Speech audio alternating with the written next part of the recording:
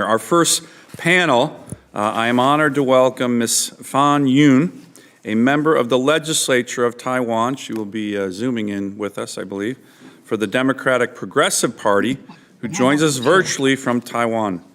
MP Fon was previously an associate professor at the Department of Sociology, National Taiwan University, and served as ambassador at large of Taiwan. She holds a PhD in sociology from Yale University.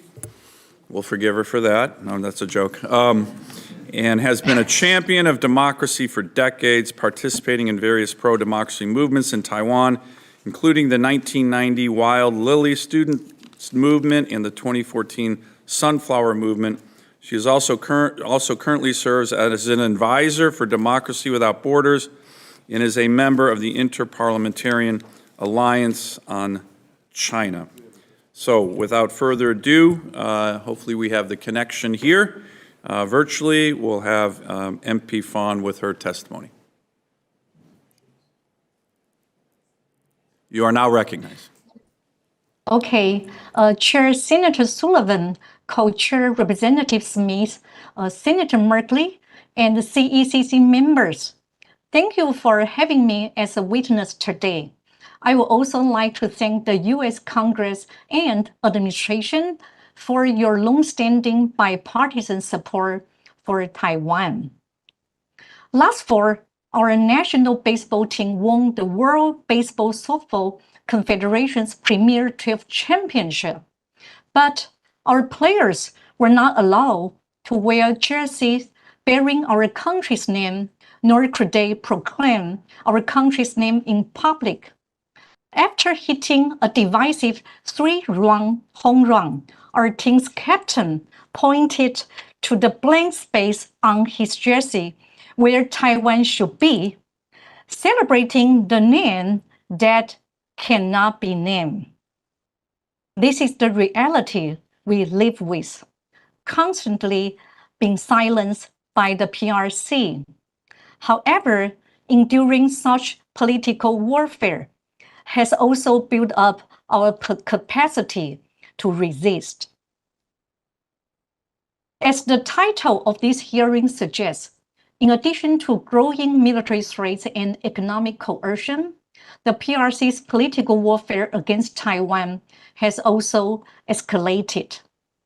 Their tactics include manipulation of international laws, united front work activities, espionage, infiltration, and disinformation campaigns. In terms of lawfare, the PRC has twisted the UN Resolution 2758 for political propaganda in the international arena. They not only aim to suppress Taiwan's participation in various international organizations, but also seeks to legitimize the use of force to annex Taiwan. In addition, the Taiwan has intensified its united front and infiltration efforts within Taiwan.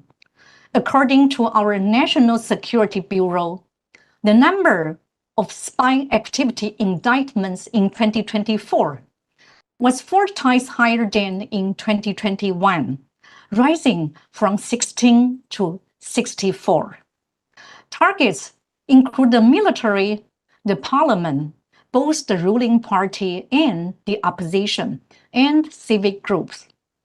The PRC has even recruited gangsters to build an armed support network all over Taiwan. The PRC has also established united front organizations in Taiwan to invite religious groups, village chiefs, and college students on heavily subsidized trips to China. For college students, there are special programs attracting young Taiwanese to study, work, or start businesses in China. These activities aim to integrate them into China's economy and eventually come to view China's politics and culture in a positive light. After last year's elections, the 2 major opposition parties formed a majority voting bloc in Taiwan's legislative yuan. After their electoral victory, the leading opposition party, KMT's caucus leader, led 17 of its lawmakers, nearly one-third of the entire caucus, to visit China and meet Chinese officials. Shortly thereafter, the KMT, along with the TPP, rushed to put through a series of unconstitutional bills, prevented the national security legal amendments from proceeding to a first reading, and froze or slashed the national defense budget without proper justification. Many Taiwanese believe these actions show how pro-China forces are exploiting Taiwan's democratic mechanisms to undermine both its sovereignty and democracy. In terms of disinformation, our National Security Bureau reported that messages with China's influence increased from 1.3 million in 2023 to 2.2 million in 2024, being spread through newspapers and TV stations, as well as social media platforms such as TikTok. According to a think tank GTI, some media outlets have received direct instructions from the CCP's Taiwan Affairs Office regarding news coverage and editorial commentary. The PRC also funds Taiwanese influencers to produce content in China that align with its political agenda. What's the goal of the PRC's political warfare? Firstly, it seeks to distort the world's understanding of Taiwan, specifically by framing cross-strait conflicts as a domestic issue to isolate Taiwan. Secondly, the PRC works to erode Taiwanese people's confidence in the United States. A recent poll found that TikTok users in Taiwan are more likely to view China favorably and more likely to believe that a pro-USA government might provoke war. This is a clear sign that the disinformation is influencing TikTok users, most of whom are young people. Thirdly, by spreading false narratives, the PRC aims to make Taiwanese either lose confidence in their government or disengage from politics. Potentially, these actions can ultimately lead people to lose the motivation and willpower to defend our democracy. As to transnational repression, recently the PRC released an investigation report claiming that Taiwan's military conducted cyber attack against China. They publicized the names of 20 Taiwanese military officers and threatened them with arrest warrants and judicial punishment. Last month, the PRC launched a first-ever large-scale disinformation to attack a DPP legislator, Puma Shen, who was advocating for a tightened national security legislation. These transnational attacks against members of the military and the government, including the planned car coalition targeting then VP-elect Shao in Czechia, are tactics the PRC is using to intimidate Taiwanese, the cost they would have to bear if they dare to resist China. How is Taiwan countering these threats? It takes cooperation between the government and civil society. In addition to raising the national defense budget to a historical high, President Lai adopted a whole-of-society defense resilience strategy aimed at strengthening the civil defense capacity. To counter the United Front, he has proposed further national security reforms to enhance our resilience against China's United Front and infiltration tactic. To tackle disinformation, all government agencies are asked to rapidly respond to misleading information. More importantly, many NGOs have created independent fact-checking websites as well as tools that can be embedded in apps. For the cognitive warfare aiming to affect the young generation, the Ministry of Education is developing teaching materials about understanding China. It aims to teach students how to critically assess Chinese propaganda. In a highly polarized politics, the effort of the ruling government alone is insufficient. Luckily, Taiwan has a robust civil society with a strong will to defend democracy. I had the honor of serving as the chief commander of the Wild Lily student movement in 1990, calling for the democratic election of our parliament. Decades later, as a professor in 2014, I was even prouder to be part of the Sunflower movement, witnessing the younger generations successfully opposing deeper economic integration with China. Through struggles like this, our society has built a strong democratic tradition. Even now, as I am speaking, Taiwan is in the middle of an unprecedented mass recall campaign launched by civic volunteer groups. The vote will take place this coming Saturday. 31 of the KMT's 36 elected district legislators are facing bottom-up recall because many Taiwanese believe these lawmakers have forgotten that the KMT used to be an anti-communist party. As Taiwanese, we know that our freedom did not fall from the sky.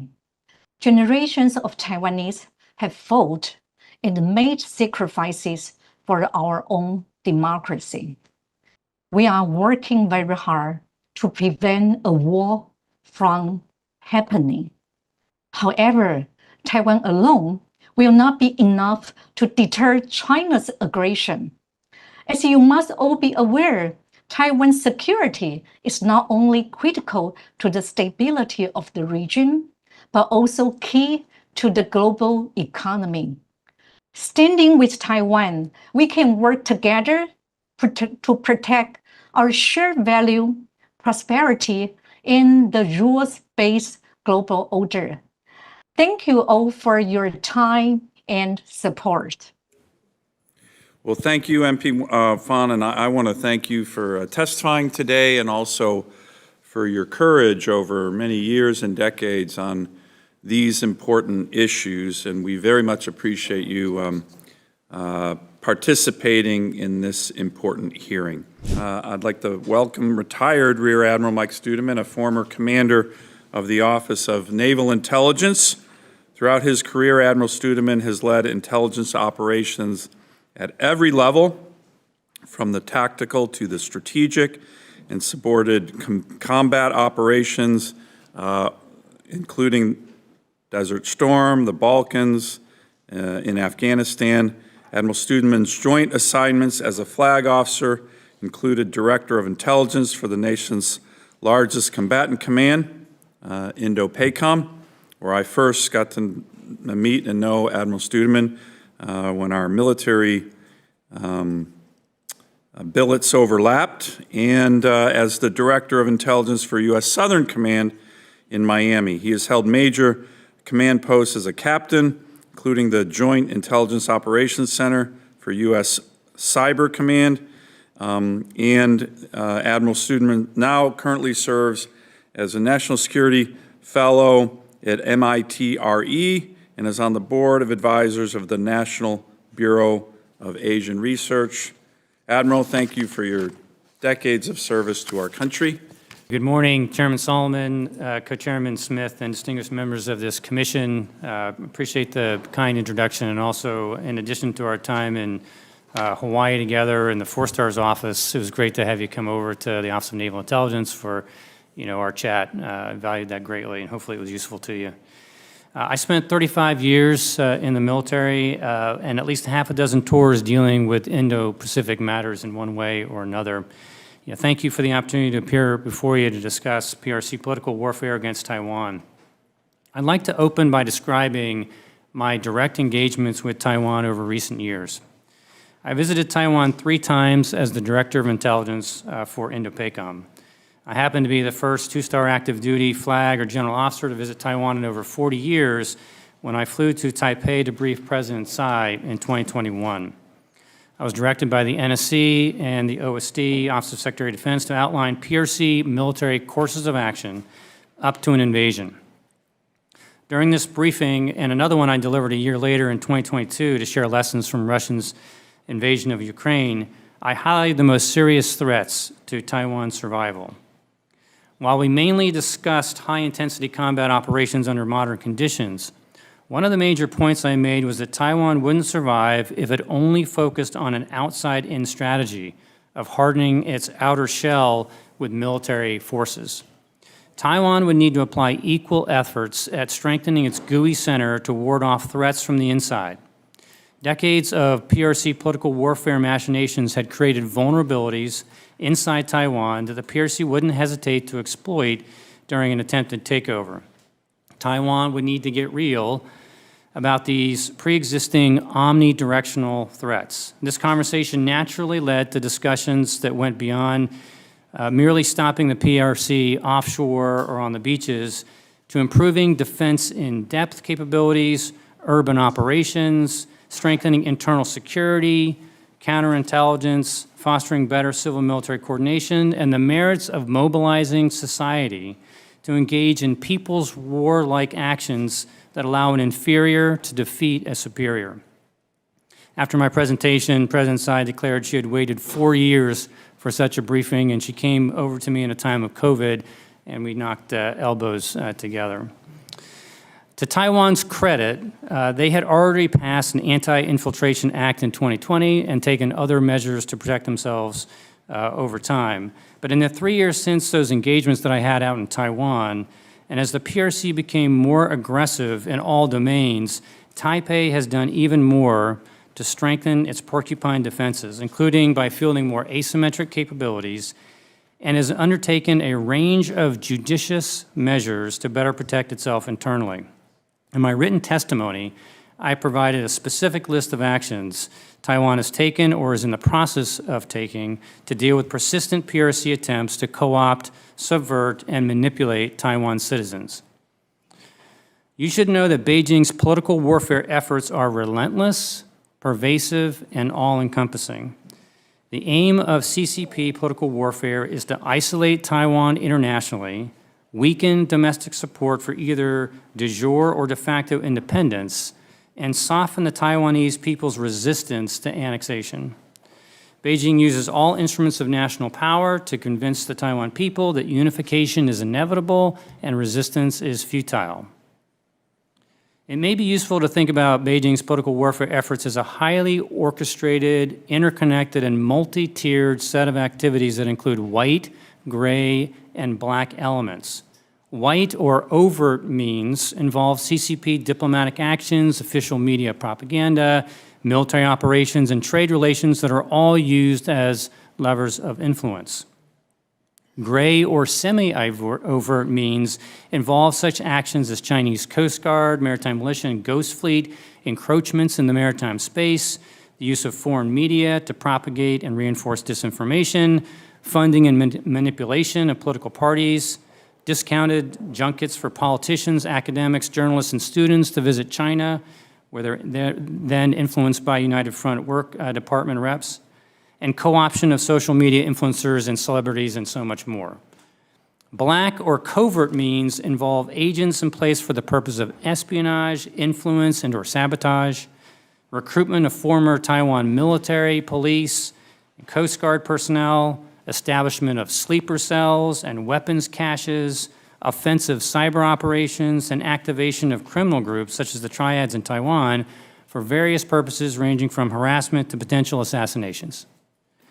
I have offered a number of ideas about how the U.S. might assist Taiwan in dealing with these clear and present dangers. A few of them include helping to strategically reduce Taiwan's international isolation, further encouraging Taiwan to spend more of its GDP on defense while giving due regard to their political and industrial realities, developing deeper Taiwan and U.S. cooperation on cybersecurity, and helping Taiwan upgrade its classified clearance system and adopt more advanced insider threat technologies. Thank you for the chance to testify, and I look forward to your Q&A. How is the Chinese Communist Party on all of these issues taking actions in America? In America, right? That's the one that really boils my blood, right? So you mention it, you know, are they trying to influence our elections? By the way, the irony of that is huge. Xi Jinping and the Chinese Communist Party, they would never stand for elections. They fear their own people, we know that. But they're going to come and try and influence American elections? That is just unacceptable. And I don't care if you're a Democrat, Republican, Independent, no American would want the Chinese Communist Party trying to influence our elections when these authoritarians would never have the guts to stand up for their own elections. So that's number one. But also in terms of intimidation. So how are they intimidating either Taiwanese citizens who are in the United States, Chinese citizens who are in the United States, or more importantly, from my perspective, Taiwanese Americans, Chinese Americans, Hong Kong Americans? How is the Chinese Communist Party trying to intimidate American citizens? You know, we read about these crazy police stations in New York City and stuff. We need to know about this because this is completely unacceptable. And I guarantee you, heck, even Code Pink might be against this, Dr. Wong, right? If the Chinese Communist Party is in our country trying to influence our wonderful democracy. So can I get a sense from all of you of exactly examples of how they're trying to do that, either through influencing our elections or intimidating American citizens of Taiwanese or Chinese or Hong Kong origin to be quiet, and what should we do about it? So I'm really interested in this question, and I think every single American, we need to know more about it. If the Chinese Communist Party is in America doing all these things, boy, oh boy, that is unacceptable, and I guarantee you every single American would agree with that. So you want to start, Admiral? You have a sense of this? Thank you, sir. I appreciate you bringing this up. Probably the least discussed topic within the United States of America today that requires the most discussion and action. So I think it's fair to say that there's been a silent invasion of the United States.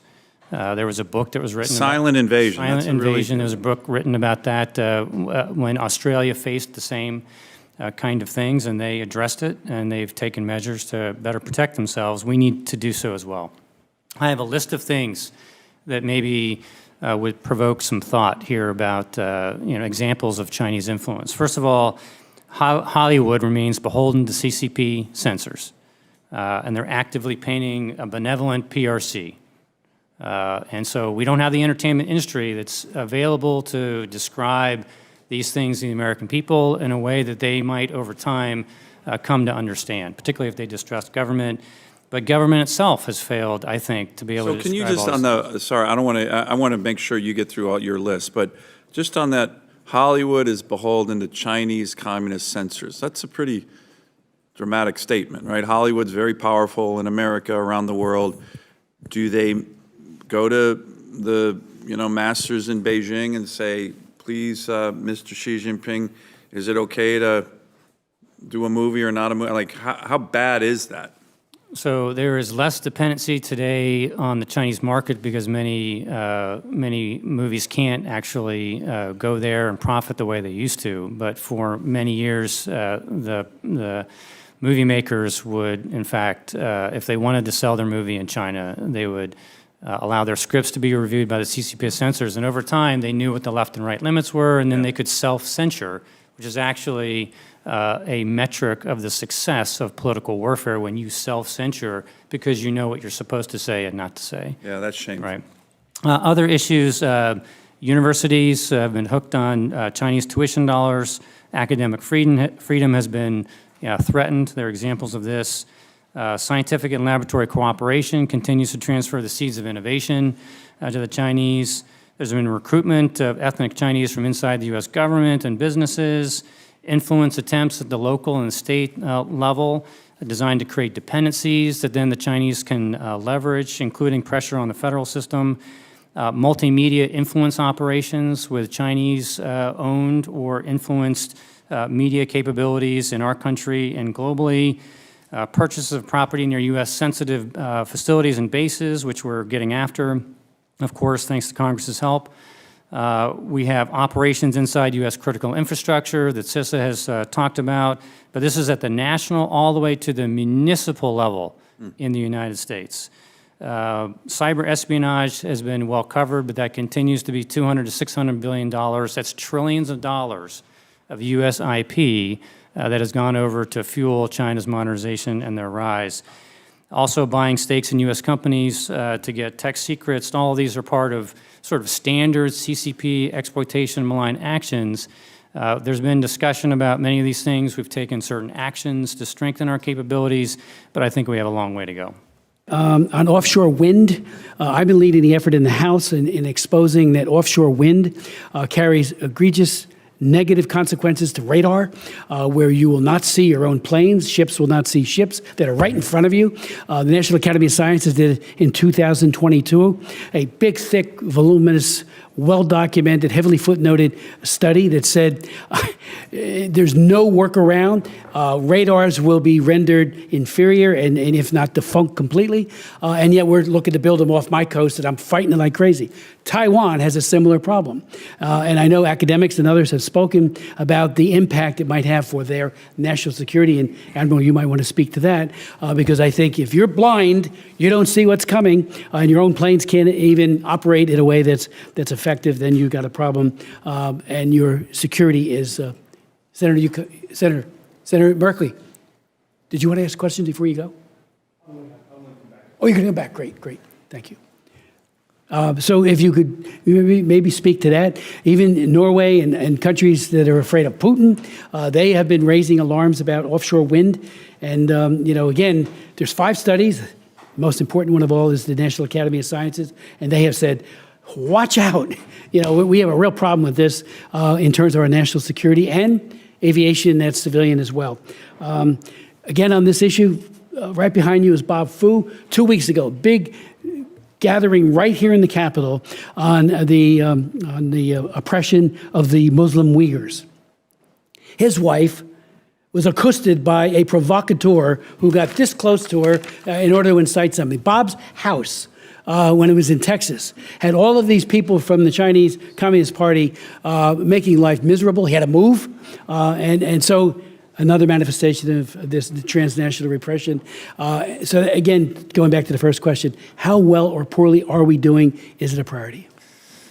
Sir, thanks for the question. I think there's been substantial effort that's been executed over many years, but too few people with too little capacity, with too little awareness and education of the American public have been striving to deal with these issues. And so instead of it being sub rosa or something we just simply can't find a way to talk about, I think we need to actually let sunlight be the best disinfectant and to work on apolitical education of our people on exactly what's going on. People tend to think that tyranny and spy games and things that you read about in the 20th century with the Cold War is over. The tyranny never dies. It's actually resurging in more places and more forms than ever before, and we have to deal with it, and it's going to require everybody in the country, every citizen, to be alert, to be vigilant, to know what is happening in order for them to be able to take care of those things at the earliest possible stage and not simply rely on consequence management from the federal government all the time. But this is going to require, in my humble opinion, a national conversation. And it's going to have to be led by various key influencers in lots of different sectors in our society. And we haven't had that conversation yet. This is one thing we should all agree on when it comes to the security and the prosperity, of our country and so many others. So I wrote an op-ed at one point, and I recommended that we have an apolitical spokesperson for China Matters who essentially is up at the White House, who has credentials, who isn't political, to be able to do press conferences and explain to the American people how to connect the dots about Chinese stratagems and ambitions, how they relate to other red or malicious actors, because they're working together with Russia and others, and then how to think through how all these things are connected. Until we have such a spokesperson, until we have the entertainment industry turn itself on and become patriotic and do their duty, I'm afraid this will still be something that without situational awareness, only a few people will be able to tackle. Did you want to speak to the offshore wind? On offshore wind on Taiwan, I would just tell you that they need to go green to diversify their energy sources. So they can't be so beholden to liquid natural gas. That is a choke point that the Chinese could potentially squeeze in a crisis. And so diversification is really important. I agree with the solar and the wind steps that they've taken. I believe they need to have at least one nuclear plant to stay viable. And I think they need to think through other resilience methods so that they deny the PRC an easy ability to cut off energy flows into Taiwan. Okay. Admiral, how do China's gray zone tactics like harassing ships near Taiwan connect with its larger political and information campaigns against Taiwan? What's the strategic goal of this coordinated effort? Thank you, Congressman. So multifaceted, so the way to think about things, I think, beginning from the strategic, is that China's not going to work with the current President Lai. He is the worst possible political leader that they could envision, with somebody that talks about Taiwan as a sovereign nation and is willing to speak about this often, with much of his history being firebrand about these issues. And so they believe that they should be penalizing not just the leadership to show that they are less effective or ineffective in being able to defend Taiwan, but also to punish the voters that put him in power. And so they are stress testing Taiwan. They are trying to exhaust the military as part of that punitive effort. They are surrounding it to show that it'll be cut off, that there'll be no chance of rescue. This is a psychological warfare attempt to show that that they won't have cavalry coming over the hill, or if it tries, it can't get there. At the same time, they are changing and conditioning Taiwan to seeing more forces more forward more often, which, if you're looking at it through military terms, reduces your indications and warning, and it buys more surprise that the PRC can then use in the future, should they plan a major military campaign. It's also a chance to rehearse, as Admiral Paparo in Indo-PACOM has said, to give them a practice in the actual wartime op areas here. So this is a strategic, operational, and tactically something that the Chinese are doing to advantage them, but also to try to show that Taiwan has no hope of defending itself, even if there are intervening forces. Admiral Studman, in your opinion, are U.S. law makers aware of how deep China's non-military tactics like propaganda or legal maneuvering are woven into its long-term strategy and military plans for Taiwan? I believe those who study this problem in foreign policy and military circles know it well. I don't think enough people, though, are educated on this on this facet of how the PRC works. There's all spectrum, all the time, all domains. It's more insidious than we want to give it credit. And as my fellow panelists have described, this is ambiguous. This is truly sort of gray zone. And so people don't know how to deal with it if we don't talk about it and we don't equip them with the way of thinking about how to respond to it and do it in a judicious way that doesn't kind of violate what we stand for in this democracy, still protecting free expression and other things that we're going to require to protect going forward. So I think we can do more to shine a light on those tactics, and there are people that are in positions of influence who should be doing it. A little further into that, do you believe Indo-PACOM is giving enough attention to information and political warfare, and are we ready to compete with China effectively in these areas? So Indo-PACOM and many other combatant commands certainly get it.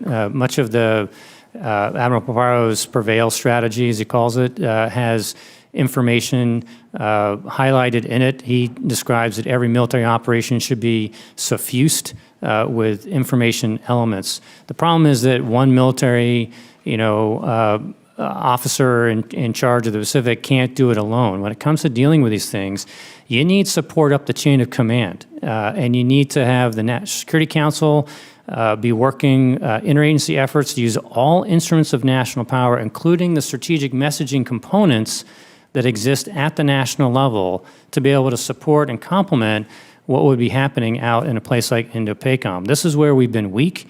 In fact, we're today gutting some of those diplomatic and informational capabilities that we're going to need to compete and contest in the very area that you talk about. Admiral, I'd like to start with you, just kind of talk through, you talked about the PRC's actions in terms of mobilizing that sense of national power, one that is not just military, also includes so many other tools, whether that be political, information, economic. So I guess I just wanted to make sure I understand, when it comes to the work that the United States is doing as well as what Taiwan is doing, is it correct that we need to make sure we're not focusing too narrow just on the military deterrence side? That's certainly critically important, but so many of the other issues need to be addressed with equal level of importance. Is that a good assumption to start with? Senator, that's exactly right. And so, look, we need to understand the playing field or the battlefield that we're on. This is about global influence over time, where China is trying to exert itself and create leverage and essentially begin to expand its influence at the expense of ours and our friends and the rest of the Western rules-based system, to be able to transform it to meet their preferences. They're not going to try to trash all elements. They can co-opt many of those. But the Chinese are taking over inside international institutions. Obviously, about the Belt and Road, extending their influence in a way where we need to compete. And you can't compete if you don't have healthy, robust instruments of national power that are ready to work together to orchestrate the kinds of things that we're going to need to do to deal with that reality that's happening around the world, not just here at home. And so, in my humble opinion, we need not to, euthanize major critical elements of our government that support what we're talking about. Yeah. We also need to understand that we have to be sophisticated in our approach. We actually have to do trust-generating things with our international partners. We need to think about what, true smart power really is. Like Joe Nye would say, right? It's the soft, it's the sharp, and it's the hard. It's not just the hard or the sharp all the time. That would not be smart power. The Chinese are using smart power cleverly in many places around the world constantly to gradually, steadily turn the tide against the United States and supplant us there. And we need to be wise to this, and we also need to use our instruments wisely. So I do think some of the changes that are occurring in government are very dangerous. To me, it's like Superman choosing to swallow kryptonite at exactly the wrong time. Yeah, and look, beyond just our own tools, and I say this as someone who used to work at the State Department, engaged in a lot of these different efforts, but would I be correct as well in sort of trying to make sure that we're conceptualizing a strategic advantage of ours being our capacity to be able to build international coalitions, and especially when you go on and competing and having the challenges against a competitor which has as large of a population and an economy and resources as China. Am I correct in thinking that being able to build international coalitions, that is not just a good to have, nice to have, but that is a necessary component if we were to try to truly compete and be able to truly try to protect people, not just in Taiwan, but around the world? I believe that our work with all countries around the world, allies, partners, all of it is going to be very important, that we have to be mindful of their respective interests. We need to do things that build trust, not reduce it. You know, credibility isn't divisible. Either you have it or you don't. And the same may be true, you know, of trust. And so instead of breaching it, we need to do more to build it. We're going to have to earn it. We're going to have to earn the moral high ground here in the international system. And I worry about where Brand America is heading, given the trends. And I'm going to start, Admiral Studman, with your phrase regarding the silent invasion of the United States. Freedom House has documented over 1,200 incidents of repression by China since 2014. And we've had previous testimony of transnational repression here in the United States, ranging from somebody walking up to a Chinese member of the diaspora and saying, "We know who you are, we know where you live," to direct threats of their family members back in China. Do we have a sense, if in tracking the increase over the last decade of where we were a decade ago in terms of the number of incidents, the presence of China engaging in these types of acts of intimidation, affecting freedom of assembly, affecting freedom of speech here in the United States? How does 2015 compare to 2025, if you will?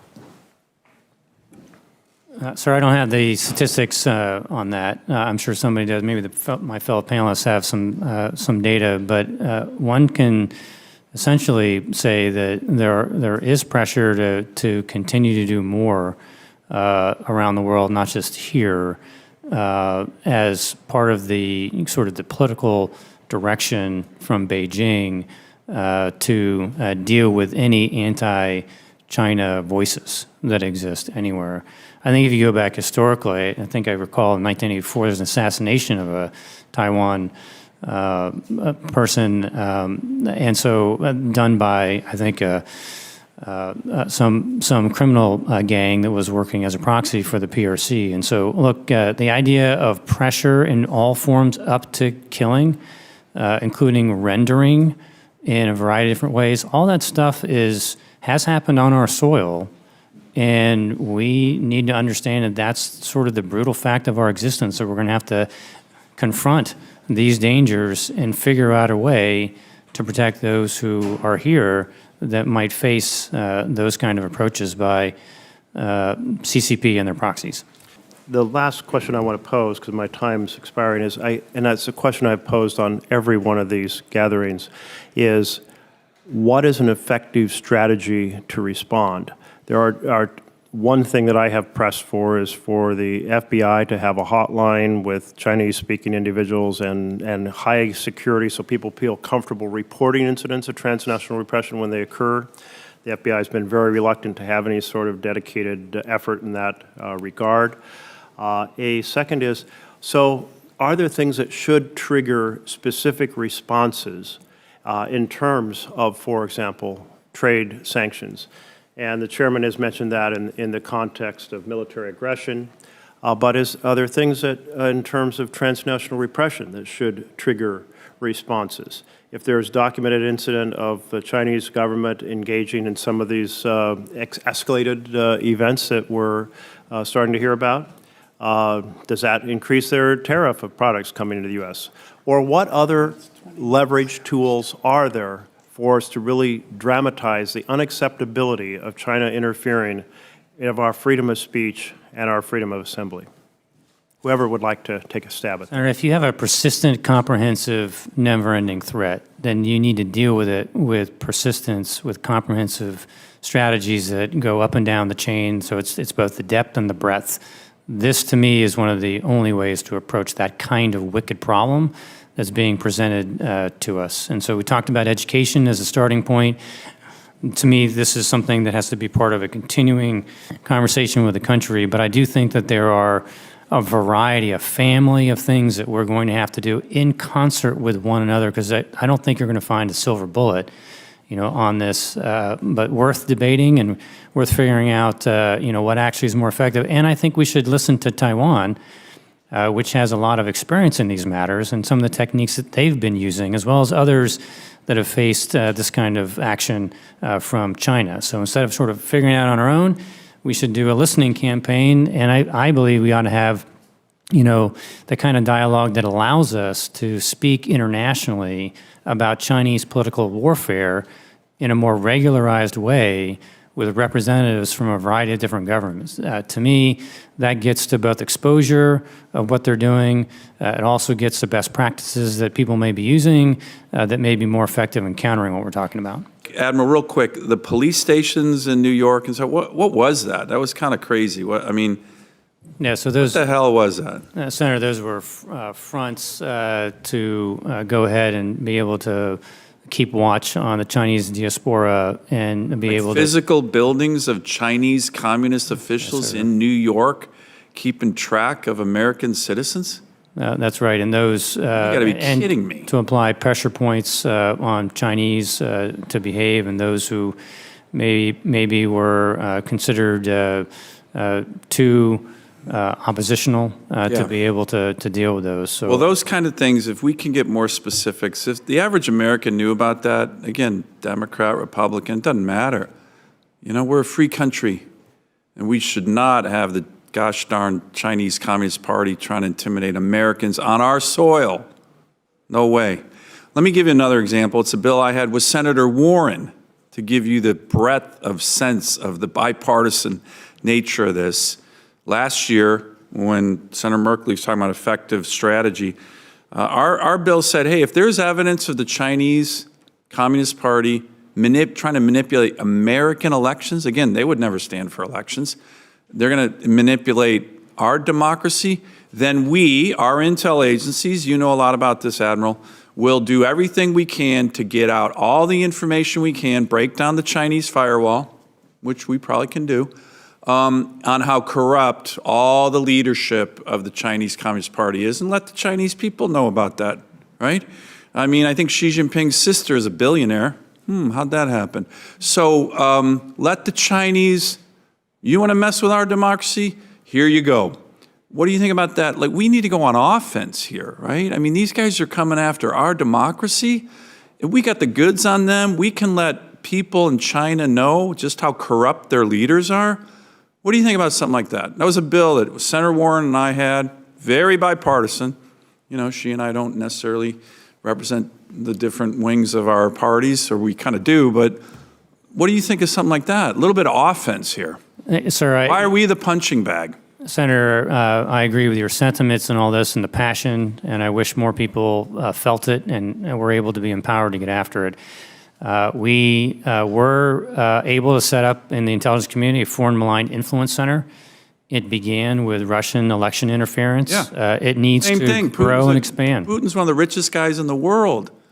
Let the Russian people know that. How did he get that way? He stole it from his people.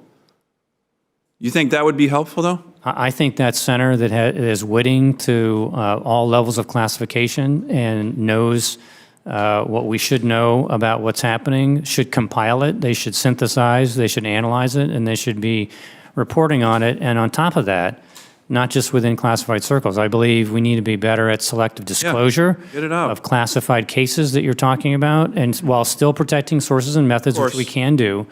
We need to get this stuff exposed. So that by the way, this wouldn't be, we made this code, this wouldn't be disinformation. We're just getting out the truth, right? If, all these Chinese Communist Party leaders are all multimillionaires and billionaires, where'd they get that? They stole it from their people. Putin, he's one of the richest guys in the world. How did he get that? He stole it from his people. That's not a lie. That's not misinformation. That's just getting the facts out. I think we need to do a much better job of going on offense here, particularly when we're being attacked. Let me ask one final question. And Admiral, I'm going to ask you because you know a lot about the history. It's just astounding to me how well treated, it's kind of the Hollywood issue. Like, I try to read a lot about Chinese history.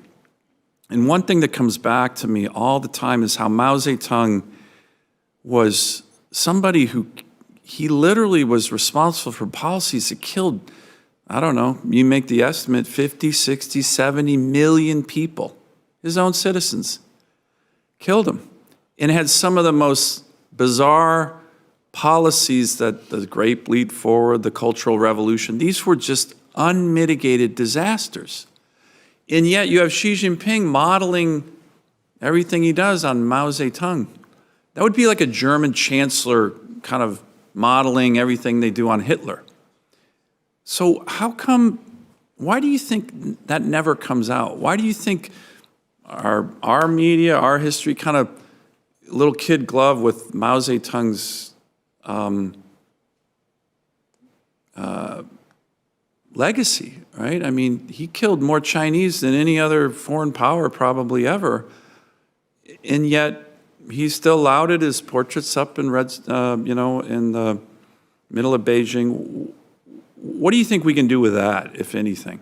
I agree that we need to highlight Chinese history and to be able to describe exactly what the long arc of the CCP has really been for the Chinese people, and those mistakes that could be made again given that system, but now on a global scale. Let me ask one other, point that you'll know a lot about.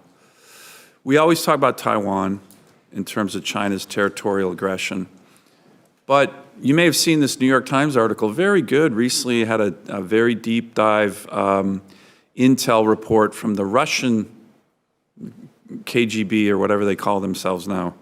And it was a whole document how the Russian intel services are worried that China's gonna turn to and start trying to get back land that Russia took from them in the 19th century.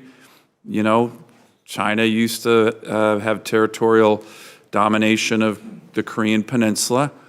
Do you think that as the Chinese Communist Party gets stronger, that they're going to view their territorial ambitions, not just with regard to Taiwan, which we know is obvious, but with regard to Russia, where they share a huge border, with regard to Vietnam, with regard to Korea, with regard to the whole 9-dash line in the South China Sea? Who's safe in Asia if the Communist Party of China looks at its history saying, hey, we owned that once, we owned this area once, we owned part of Korea once, we owned part of Russia once? Like, where is their limiting principle? Because the Russians clearly, you know, I know we have Xi Jinping and Putin always hanging out together, but the Russian intel services are thinking, hey, we need to start protecting Russian territory because China's coming for us next. You think that helps us to get that word out, that they're so aggressive, they're going to be marching on all their neighbors, not just Taiwan here soon? I think that China's been expanding its strategic spaces. It considers these are buffers or areas of influence that they've long held, you know, rights to be able to influence, just like we might have a Monroe Doctrine here in the United States.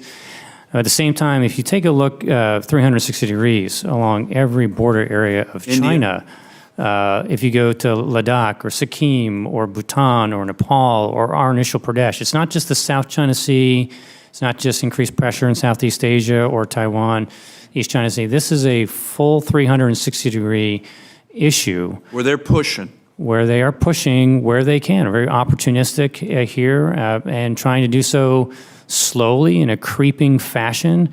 But this is the nature of the CCP. Expand and control to protect ultimately their regime and themselves. 偷偷告诉大家，我最近发现了新法宝 Royal Face 逆时奇迹系列，它有活肤露、全效精华，还有精华霜。尤其我皮肤比较偏干，所以我非常的注重保湿。保湿做得好，肌肤自然烹润。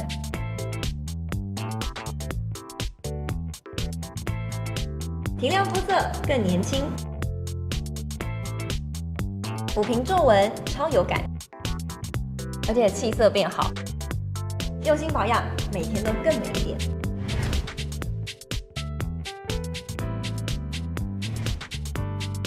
美吧。